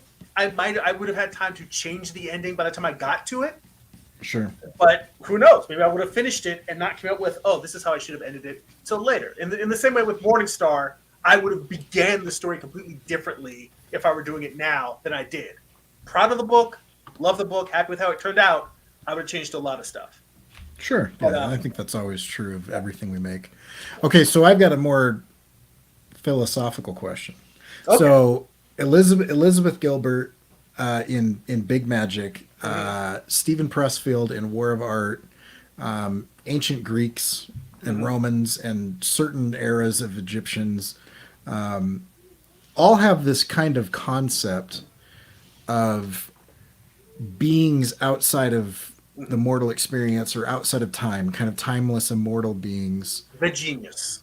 The genius, the djinn, the muse, wanting to have their work realized inside of mortality, right? So wanting to like kind of permeate that membrane between where they are and where we are.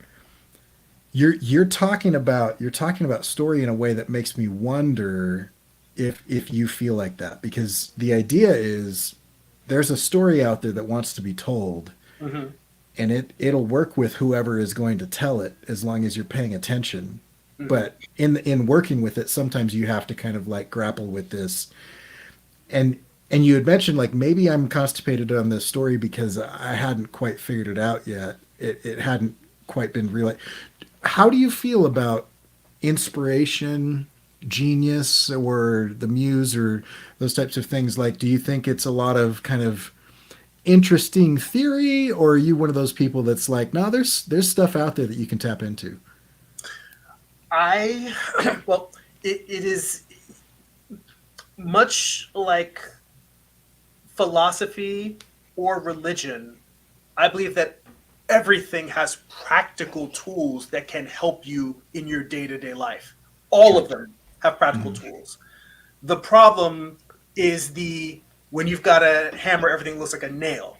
Not every tool is appropriate to every problem, and not every tool works the same way for every individual person.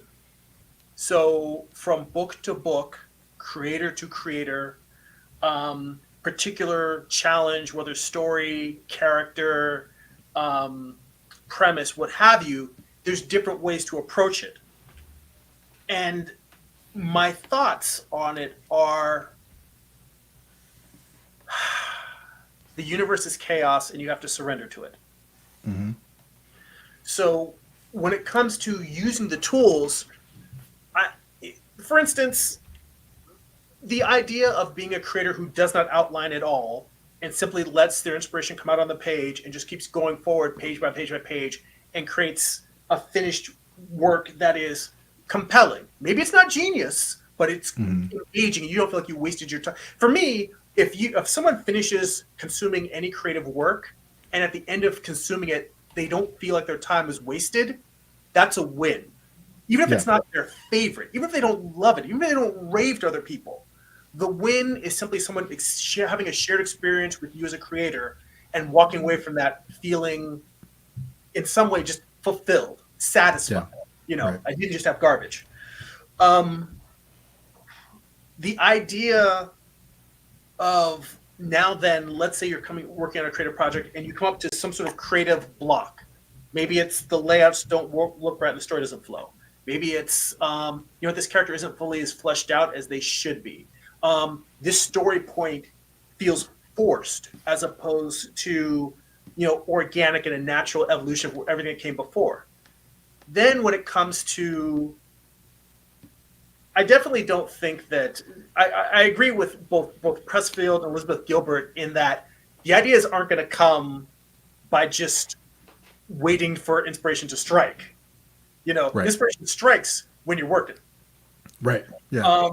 Sometimes inspiration strikes when you are working, you're frustrated, you're exhausted, so you step away, and the relief of pressure allows the brain to free up and tap into something unconscious. Or in the same way, like if you want to get really woo-woo, this is a metaphor I've never tried before, but just the idea of instead of trying to look into into the sun at the eclipse, turning around and looking on that sheet of cardboard and seeing the eclipse projected on the page before you, in front of you, it's like, oh, that's what I'm trying to see. If I Yeah. look at the thing directly, it's going to blind me. But looking over Yeah. here, now Right. I can see it. I One of the things I constantly tell people whenever anybody asks me any type of creative advice is that you have to try multiple things and find what works for you. There's no playbook that works for everyone. Some people say that writing theory books are bad and they're garbage. They're just going to make you a bad writer. Writing formulas are all garbage. And I'm like, yeah, they're garbage if they don't work for you. Right. Anything that doesn't work for you is garbage. I mean, you when you look at because I listen to a lot of screenwriting podcasts, not because I want to break into Hollywood, but because screenwriters, both film and television, are the ones that I hear talking about the mechanics of storytelling. When I listen to podcasts with prose authors, whether fantasy or sci-fi, with the exception of the Writing Excuses podcast, with the exception of them, most of the time when I hear writers talking, they talk from a literary standpoint. And they're more about the poetry of language and the flow and themes and ideas, but they don't talk about the mechanics of how dialogue can do showing instead of telling, how location is a character, how theme can be expressed in every different stage of a story by both how the location, the characters, their clothing, all of these things, the ways in which you work subtext and weave it in and out of a story. Screenwriters talk about that constantly. And I'm trying to learn to use that. And also, comic creators that I greatly respect get very irritated at equating comics with screenwriting and filmmaking specifically because of the way the comics can manipulate time in which sequential viewing does not. Right. And I respect that opinion, but I am more of a by hook or by crook person. I will grab tools from anybody and use them if they help me solve a particular problem. Yeah. So, yeah, I mean, when we talk about, Elizabeth Gilbert and Stephen Pressfield and people that talk about resistance, I do. The only one thing that I'll say is the hard and fast rule is showing up regularly to work on the problem. Yeah. And I do believe in trying different things systematically and collecting a personal toolbox of writing approaches, problem-solving approaches that work best for you. And even when you do have that systematic toolbox, I think it's useful for creators to occasionally go and grab another tool from someone else and bring it in and play with it. And I've listened to stories of prose authors who have had TV shows develop from their work, and because they were developing TV shows, now they were forced to outline because the studio needs outline for the approved scripts. Yeah. And they said, wow. Like, for instance, I want to say that Michael Connolly, the guy who creates the Bosch series, Okay. I may be speaking out of turn, but I believe hearing an interview where he had said that prior to the TV series, he did not outline. And once the Amazon Prime show got made, that he started outlining, and now he's an outliner, and he's like, what was I doing? Now, mind you, I've tried with both Morningstar and with my first book, Eye of the Gods, I tried writing them without an outline. And for both of those, I drew about 30 pages of comics that I ended up throwing out. And that is such a significant level of commitment. I mentioned that to somebody recently where I was like, yeah, I made 60 pages of this comic book. And he's like, well, where is it? And I'm like, oh, I will never let that see the light of day. It's awful. And he's like, I would never make something for 60 pages and not show it to somebody. I'm like, well, I would, because I don't want, anyway, I love that you did that. Also, I feel for, past Jeremy who had to go through that pain of being like, oh no. This is terrible. Well, see, but that's the funny thing is, like I said, in terms of like there being so many different pathways, and I'm trying to be open to all of them. You have to pick one in order to move forward, so you're not in analysis paralysis. But I believe that there is an incredible power and strength in making it up as you go along, and the idea that I can't remember if it was Stephen King who said, "If I don't know what's going to happen next, neither does the reader." But there was some great thriller or horror writer who said that. And the idea of just simply letting the story unfold and come out of you, I think that there's power in it. I've tried it a couple of different ways and it hasn't worked for me. That's what has made me an outliner. But just because I am an outliner, it doesn't mean that I have shut off that idea or that I feel that every creator must outline. It means I now have a set of tools that work for me. I remain curious about being I've heard some people call it, as opposed to plotting versus pantsing, I've heard some people call it the architect versus the gardener. And the idea of the outliner being the person who drafts the plans and lays out the foundation and knows where all the different layers are going to be, versus the gardener who plants seeds and waters them and sees what grows. Yeah. I believe that there's still power in those things, even though I, by nature, am an architect. And I try to continue using the tools that work for me and try to amass more tools as I go. But I always try to remain curious about other ideas and other approaches. And that's the biggest thing when it comes to things I tell other people, it's the thing that I think every creative person would agree with, which is stay curious. That's the most important thing that we can do, is stay curious. Yeah, I mean, as soon as you kind of lose that childlike wonder for things, it's over at that point. Like you just, it becomes, I don't know. At that point, it's just like, I don't know. Why are you making? I don't know if you saw Jim's comment. He says sometimes you got to make an animatic. Do you know the story behind that comment? No. Go ahead. Tell me. So Jim and I guess now infamously, work together. He pitched me, since I'm on the air, I get to tell my version of the story. He pitched me, he's like, hey, let's collaborate on this thing. It'll be great, and I'm totally not one of those guys that's like, it's my way or the highway or whatever. Anyway, and then he systematically shot down every suggestion I had. Anyway, but it was funny. But the funny part about that was he's like some magic fairy woodland creature in the way he makes stuff. I don't know how it works. Like it amazes. His stuff is so funny. It's so good. And I have watched it be made, and it should not be made. Like, it's just like there is no reason for the way that he does his process to actually be successful. And yet he produces cartoon after cartoon after cartoon, and they're all bangers, and it's hilarious.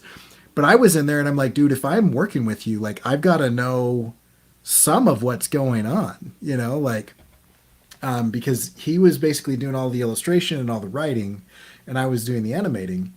And I was like, dude, if we don't get on the same page, then like, I'm not as fast as you are, and I'm not going to be able to do this. And so I said, let me tell you about this thing that they use called an animatic.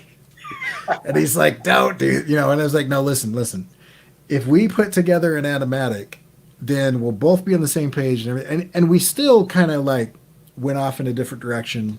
I was talking about this story the other day, but we went off in a different direction and changed the ending or whatever. But like, the joke now is that the only time Jim Lujan has ever made an animatic was when I was like, dude, you gotta like put something down so that we're working to a brief, like we've got a creative brief. We've got a script or something. I can't, I think maybe if I was single and on drugs and lived with him in some sort of weird commune, like we could create that way. But like, as people with families not in the same area, I was just like, dude, we need a roadmap of some kind, or we're just going to be randomly making stuff.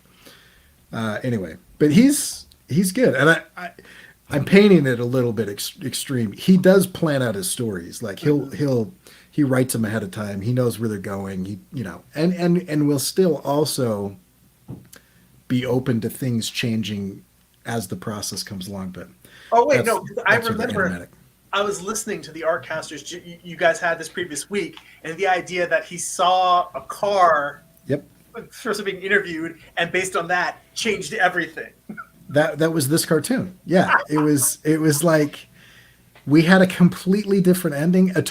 It was this one short story that we're doing. It all built up to this one joke, and it was a very Jim Lujan joke, which was like build and build and build and build, and then deflate instead of like home run, and everybody just kind of leaves going, oh, I was like everybody in the cartoon kind of leaves going, oh, I was totally expecting something that cool, but that Mighty guy's just Casey kind of has lame. struck out.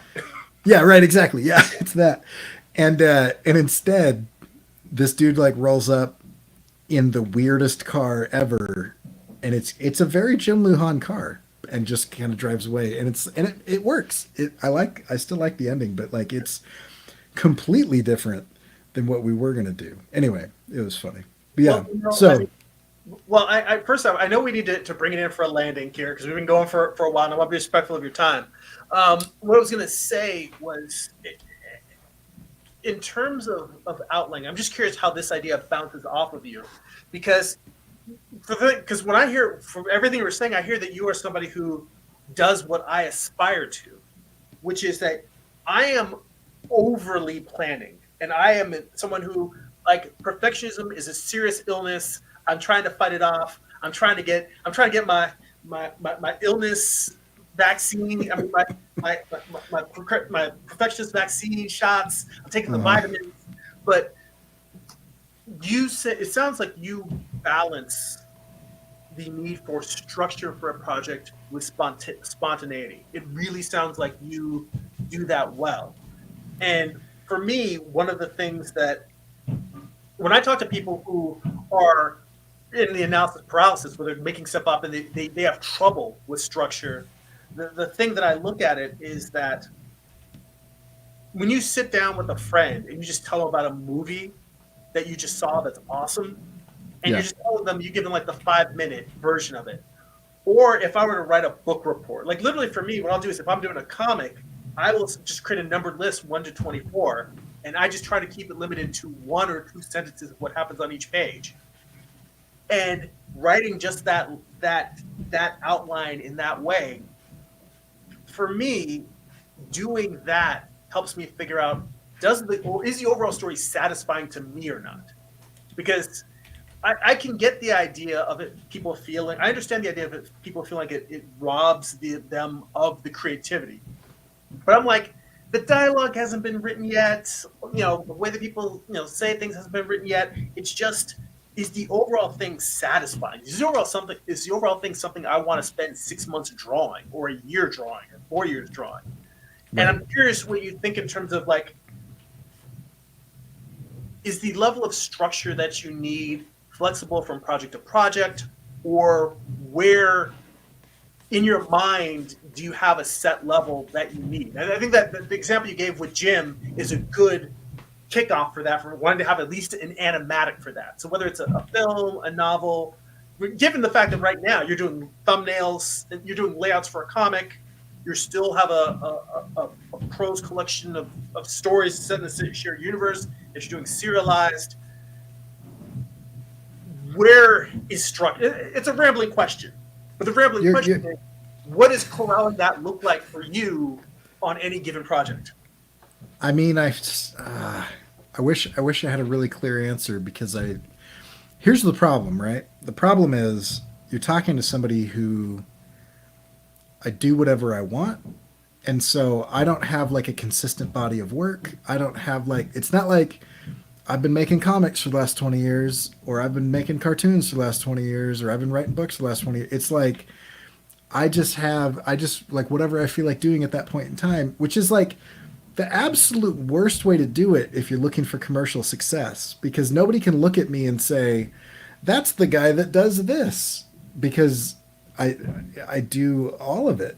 And I don't know if I do any of it well, but I definitely don't do any of it consistently. So like Jim just got a great deal where this new animation company kind of channel that's putting stuff out there like approached him and was like, hey, can we take your entire library and like put it on this thing? And he was like, yeah. And it's like, if somebody came to me, I'm like, yeah, I've got 6 animated shorts and I've got 50 stickers and I've got 12 giant poster illustrations and I've got this half written book and I've got so it's like all over the place. So I don't know that I have a particular process, almost by intent, because I'm only doing this by self-medication. I only do creativity because I don't drink or do drugs or anything. So it's like, I'm just doing this to feel good.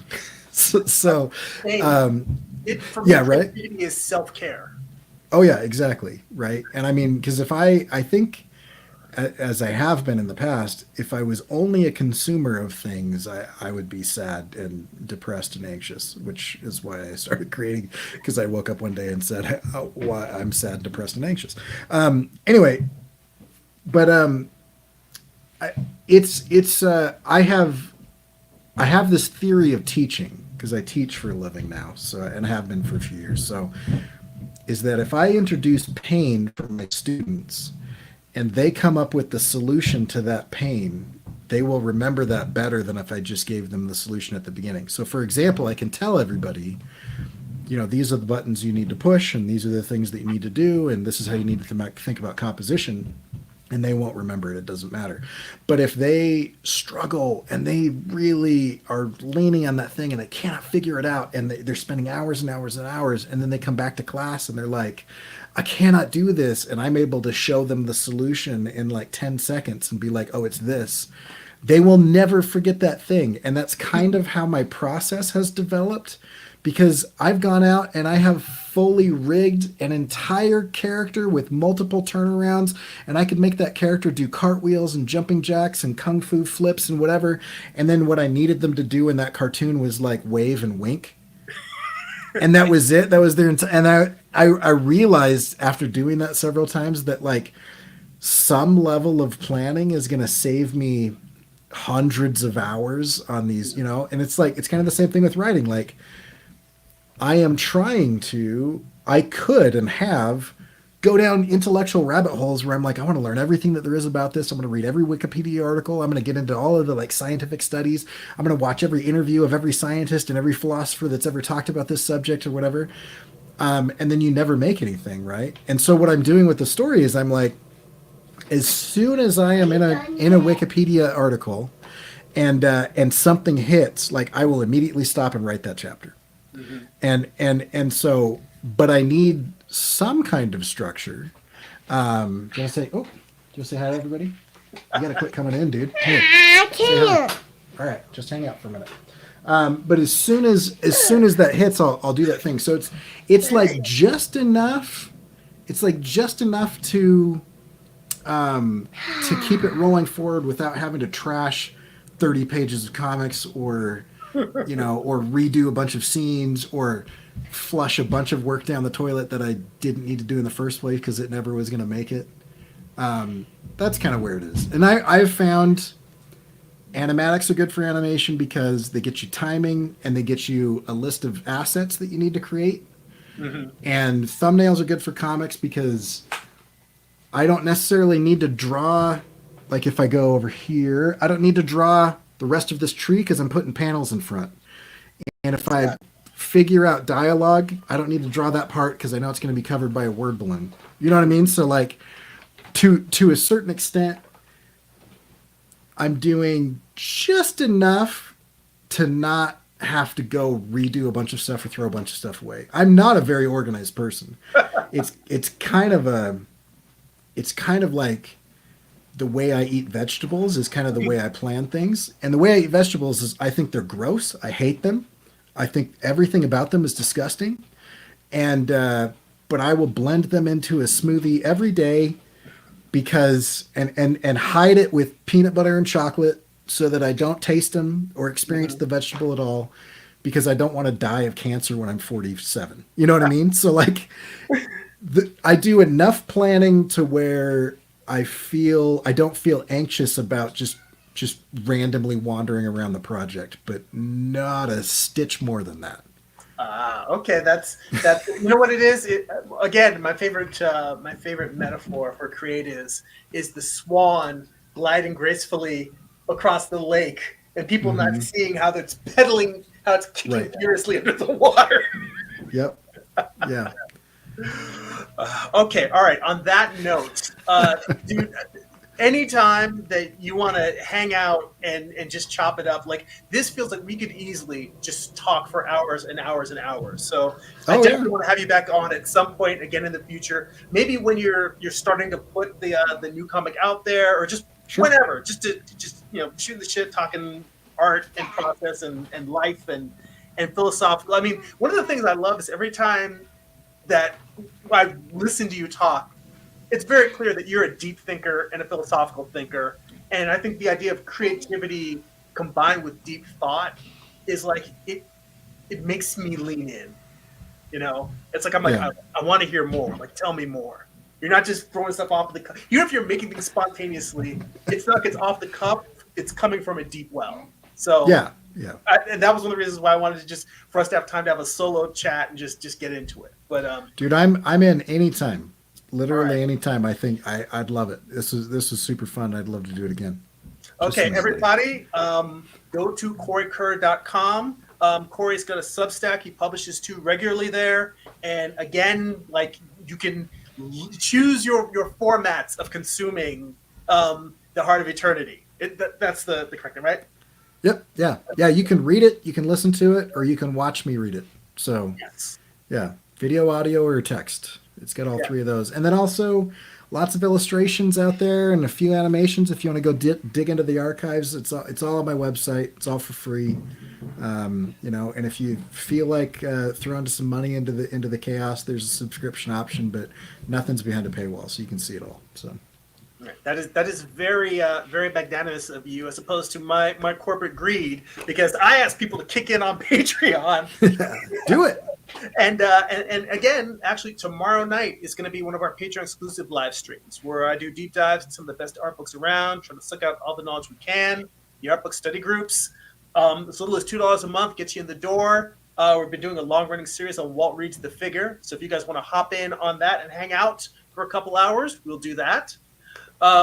Again, if you would like to sign up for my free monthly newsletter, get a free digital sketchbook, go to newsletter.jeremy.net. And if you guys would like to purchase physical copies of my comic books, you can go to amazon.jeremy.net. You can get my first graphic novel, Eye of the Gods. It's a standalone psychological thriller about a man cursed with visions he cannot control.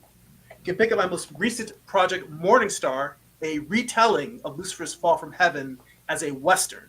Volume 1 contains issues 1 through 4. Why are you Volume going 2 contains the conclusion, issues 5 through 8. And if you go to the homepage of my YouTube channel, there are book flip through videos of all of those books. You can see what's inside before you pick them up.